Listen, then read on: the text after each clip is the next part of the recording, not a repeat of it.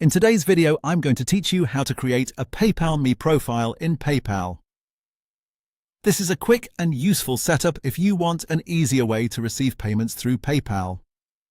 A PayPal.me Me profile gives you a personalized link that you can share with others. So instead of asking people to search for your account details, you can simply send them your link and make the process much more convenient.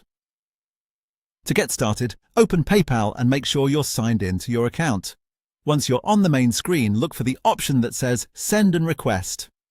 This section is where PayPal groups together features related to sending money, requesting payments, and accessing payment tools. After you click on Send and Request, the next thing you need to do is go to More. This area usually contains additional options that are not shown right away on the main screen, so if you don't immediately see the PayPal.me option, don't worry. It's typically placed under this extra menu. Inside the More section, select Create your PayPal.me profile. This is the option that starts the setup for your personal payment link. When you click it, PayPal will guide you through the setup process on screen. Depending on your account and region, you may be asked to confirm certain profile details or choose how your PayPal.me page will appear. As you continue with the setup process, take a moment to review everything carefully before confirming. This helps make sure your profile is set up the way you want it.